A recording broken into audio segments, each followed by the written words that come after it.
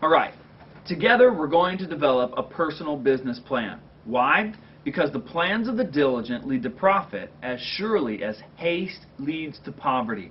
And we're going to make a plan, and your plan is going to include 3 different things. The first thing is we're planning for emergencies. I want you to write that down. And I want you to write down that we're going to build an oh no fund, or an emergency fund.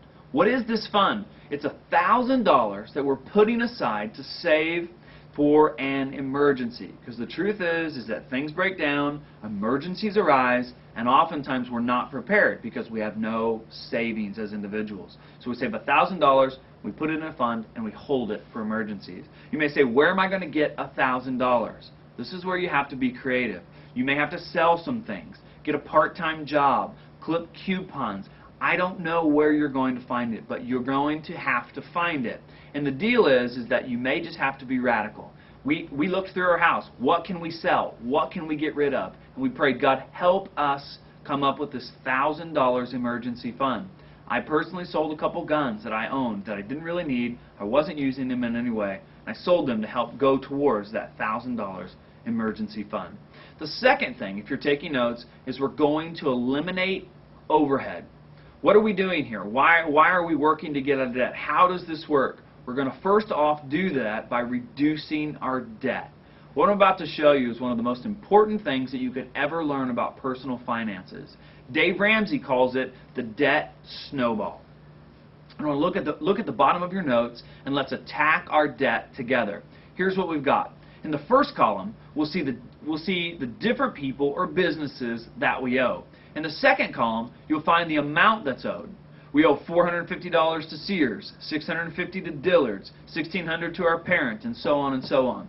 In the third column, you'll see the minimum payment, the very lowest amount that we're allowed to pay to eliminate this debt. What are you going to do? What I'm about to show you will change your life forever. Here's what's going to happen. You're going to find an extra $200 a month. After you save your $1,000, you're going to look for $200 extra a month. And you're going to say, you may say, how am I going to find $200? I don't know. You're going to have to be creative and pray, and you'll find it. Maybe you have to get a part-time job. Maybe you have to be radical.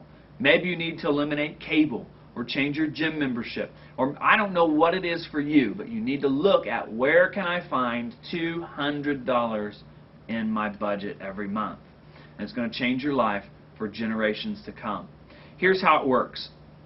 We start with Sears. We owe them $450. Our minimum payment is $50. And we're going to add to that the $200 that we found in our budget somewhere, totaling $250. And we're going to begin to make that as our new minimum payment, $250. And in 2 months, we will have Sears paid off. And it's done. Sears is gone. We say, baby, bye, bye, bye to Sears. And we're never going to have to worry about that again. Close the account and move on. We're going to take our debt snowball, take that $250 that we've been paying, and we're going to apply it to the $30 minimum payment that we paid the last 2 months to Dillard's. So now we're going to be paying Dillard's $280 a month. And in just a few short months, Dillard's will be paid off.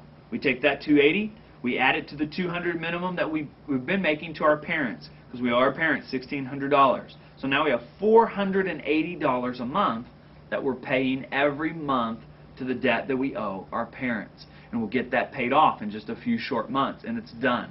We add those together, and it's over. At the end of that, $480 adds to the $30 we've been paying to Visa, $510. We keep doing this month after month after month until we get our debt knocked out.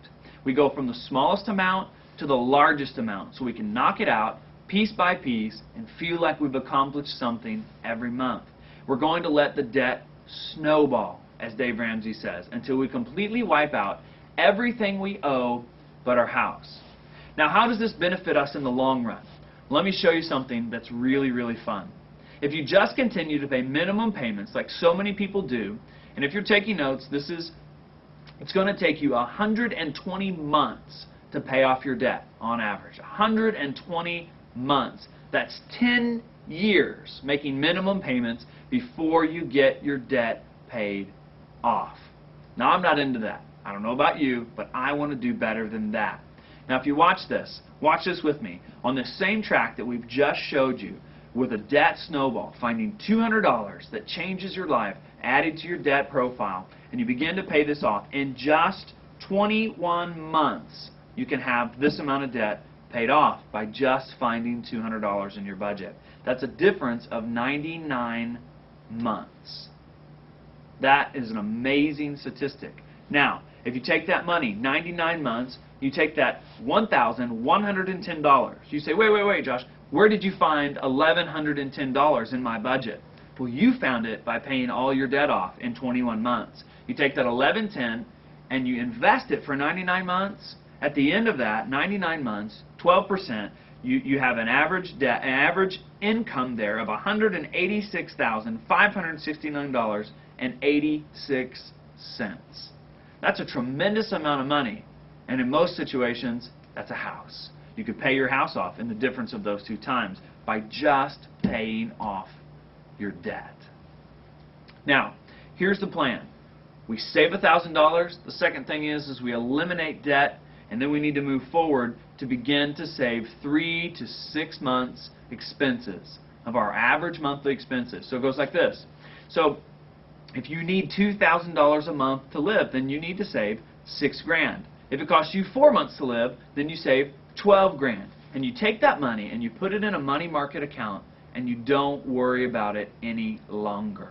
Then you start attacking your house and giving big time to the church and to the kingdom and to others that need your help. And you begin building wealth, because the plans of the diligent lead to profit as surely as haste leads to poverty. I want to challenge you to make your personal business plan.